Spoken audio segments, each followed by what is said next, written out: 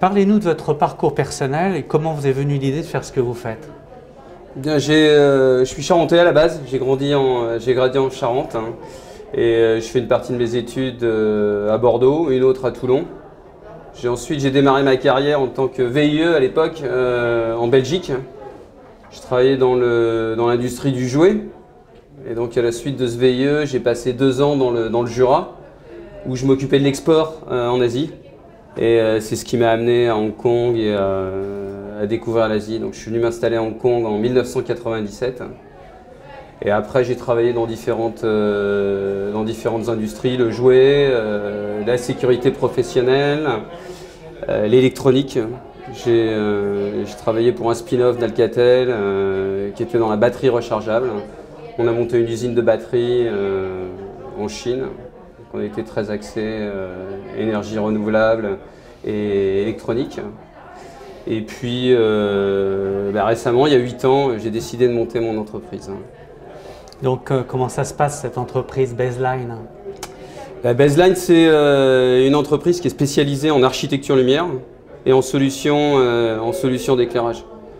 En fait, quand j'ai décidé de monter mon entreprise, j'ai discuté avec des amis à Hong Kong et j'ai réalisé que dans l'industrie du luxe, du retail en Asie, il y avait un gros challenge sur l'éclairage des boutiques.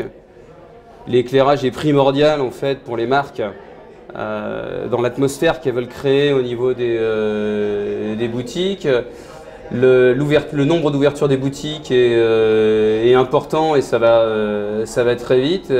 Et c'est difficile pour les marques de contrôler la qualité de leur éclairage. Donc j'ai décidé de proposer une solution de service et de fourniture qui permettent aux marques de mettre sous contrôle la qualité et la performance d'éclairage dans leur boutique. Donc je suis allé en France faire une formation d'éclairagiste à l'Association française de l'éclairage et je suis revenu et j'ai créé Baseline. Je me suis entouré de designers, d'ingénieurs et de chef de projet. Et en quoi Hong Kong a permis de faire aboutir ce type de projet?